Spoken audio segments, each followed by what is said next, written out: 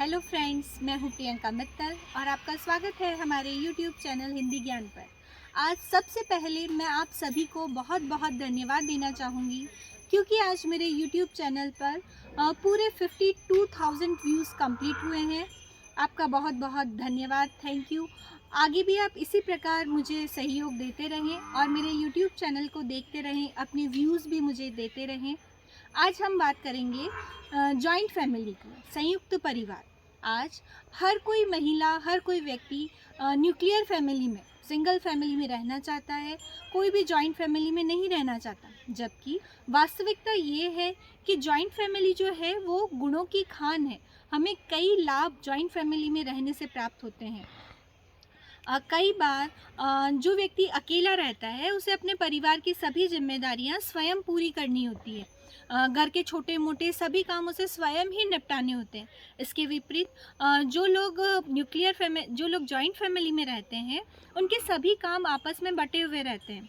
उदाहरण के तौर पे अगर कोई महिला जॉइंट फैमिली में रहती है तो उसके घर के किचन के सारे काम आपस में महिलाओं में बट जाते हैं। इसके विपरीत अगर कोई महिला न्यूक्लियर फैमिली में रहती है तो उसे सारे काम, छोटे से छोटा काम भी उसे स्वयं ही करना पड़ता है। सारी जिम्मेदारियों का भी उसे ही निर्वहन करना पड़ता है। कई बार हम देखते हैं कि जब हम बीमार हो जाते हैं, अगर हम न्यूक्लियर फैमिली में हैं तो हमें बीमार होते हुए भी सभी काम स्वयं ही करने पड़ेंगे।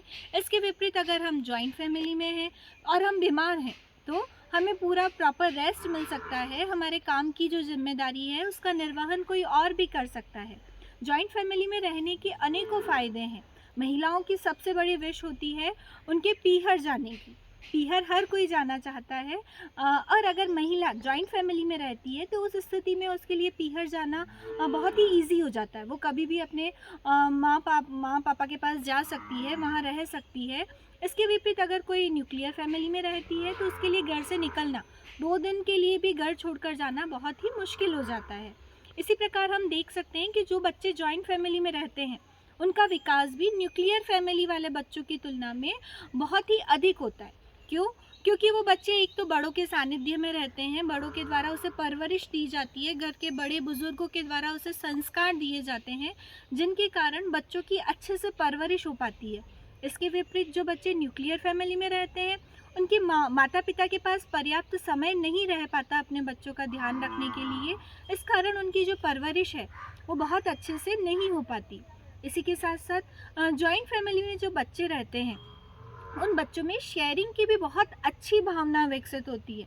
उनके मन में यह बात हमेशा रहती है कि अगर हम घर में कोई भी चीज़ लाए हैं तो वो हमें घर के अन्य लोगों के साथ, अन्य बच्चों के साथ भी अवश्य ही शेयर करनी होगी। इसके विपरीत जो बच्चे न्यूक्लियर फैमिली में रहते हैं उन बच्चों के लिए चीज़ें शेयर करना, शेयरिंग की भावना उनमें बहुत ही कम विकसित होती है। इसीलिए बहुत ही अच्छा है कि अगर बच्चे जॉइंट फैमिली में रहें। कई गुणों की खान है जॉइंट फैमिली, फिर भी हम चाहते हैं कि हम न्यूक्लियर फैमिली में रहें। तो मेरा ये मानना है कि इस विषय में हमारी जो सोच है वो गलत है। क्योंकि अगर हमारे ऊपर कभी भी कोई भी समस्या, कोई भी मुसीबत आन पड़ती है तो ऐसी स्थिति में अगर हमारे परिवार के सदस्य, हमारे परिवार के लोग अगर हमारे साथ खड़े हैं तो वो समस्या हमें छू भी नहीं पाती और कब हमारे से दूर हो जाती है हम जान ही नहीं पाते। इसके विपरीत अगर हम अकेले रहते हैं तो ऐसी स्थिति में उन समस्याओं से हमें जूझना पड़ता है, उनसे हम बहुत अधिक परेशान हो जाते हैं। तो मैं कहना चाहूँगी कि जो जॉइंट फैमिली है उसके ज़्यादा से ज़्यादा फ़ायदे हैं।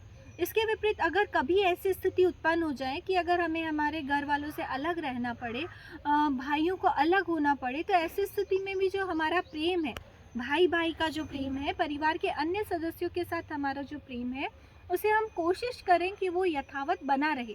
किसी भी प्रकार का हम लड़ाई झगड़ा ना करें। अगर दूर रहते हुए भी समय समय पर, त्योहारों पर अगर हम एक दूसरे से मिलते रहें, हमारा प्रेम बना रहे, तो हम अकेले रहते हुए भी दूरी का एहसास नहीं कर पाएंगे। रहीमदास जी ने भी कहा है, रहीमन धागा प्रेम का, मत तोड़ो चटकाए, टूटे से फिर ना जुड़े, जुड़े गांठ पड़ जाए। इसीलिए कोशिश कीजिए कि आपके परिवार के सदस्यों के साथ आपका प्रेम, सहयोग सदैव बना रहे। इन्हीं आशाओं के साथ धन्यवाद।